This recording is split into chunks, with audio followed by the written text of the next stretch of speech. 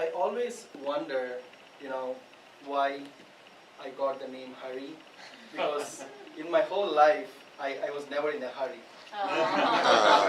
And maybe my parents was in a hurry to keep a name, so they named me Hari.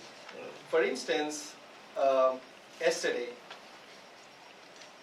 I was coming from Reno to Atlanta and was not in a hurry, and I missed my flight. Okay. And one other instance, maybe one or two instances where I was in a hurry was when Sophia sent me a message telling what's the title of the speech. So that's one instance I feel I was in a hurry to give a name and finally I got a name, Hari, who is not in a hurry. So another instance is when I'm in front of the people, my heart is in a hurry, beating a lot. But I think I came over that stage where I don't feel that, my heart is beating as much as before. And looking at all these instances, I feel the time has come, or I feel like why they kept my name Hari, because looking at that name, I feel looking at all the instances what I've gone through, now is the time to be Hari and do things in a hurry, like the things which I missed, the flight and all that stuff. Okay, and good morning. Good morning. Good morning, everyone, and fellow Toastmaster and wonderful guests. Icebreaker. The day when I registered for Icebreaker, I don't know, everywhere it's ice. The day last week when I was driving to Toastmasters, the car windshield was full of ice. So that reminded me, okay, the day is coming, get ready for your icebreaker. The second instance was when I'm flying to for the business, sitting at the window seat in the flight. You see the window? It was covered with ice. So all these instances made me, okay, get ready for your icebreaker and do well. About my childhood, I was so sincere in starting to school or going to school, but I was not sincere in reaching to school. So what it meant was always behind my mind, I was thinking about like the eagerness for the school was on the way to school.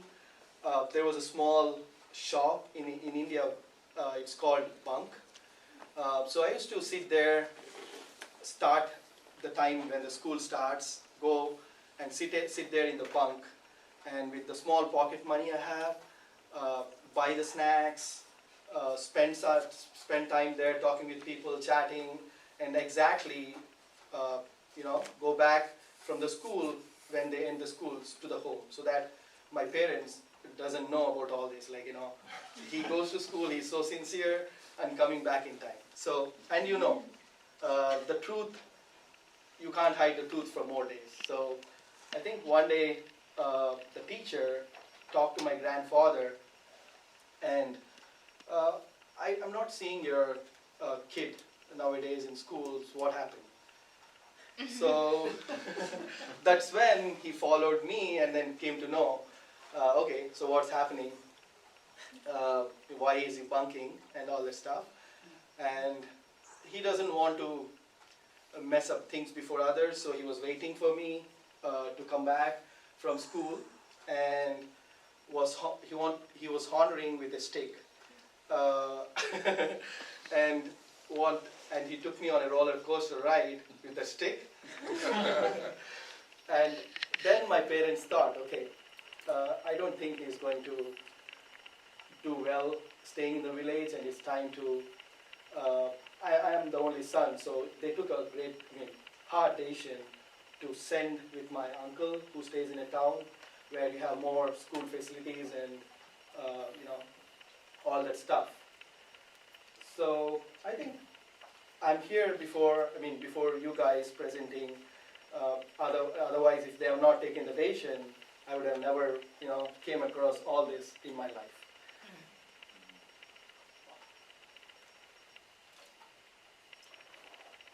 And about my graduation, so after I graduated, I had this passion of all this globalization was happening. A lot of international call centers was popping up in the place where I was studying.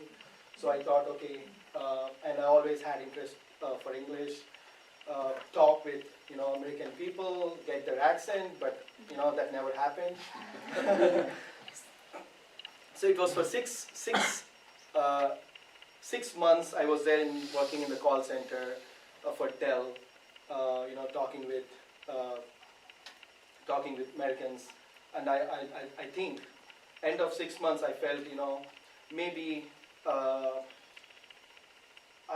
don't think I'll be able to get their accent, but I felt like they got my accent through the calls and all that stuff. And I became more greedy. Now, okay, the next step is to meet the people. That's when I switched from the call center to an IT job, and it took like 6 years to get me here to work in Atlanta. And yeah, that's about my education and in my life. And coming to my family, I have a wonderful, supportive wife who is so patient for the things what I do. I feel she's the right pair for me. Sometimes I feel I'm out, and then she understands me and supports so well. And I have a cute naughty daughter, and she. I want her to get the presence of being in front of people. So I'm just getting her habitual, get into habit of speaking in front of people. So the last 2 weeks back, she presented a small mini version of TEDx speech in the library about plastic pollution.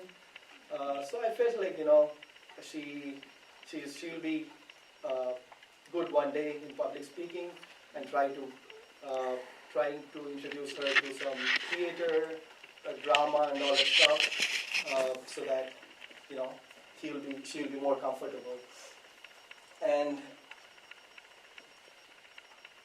so finally, I have a dream that one day I'll be talking in front of 500 people. That's how was the goal of most of the people. Being in front of the people and then talk and be more, non-nervous, be peaceful. Okay, thank you so much.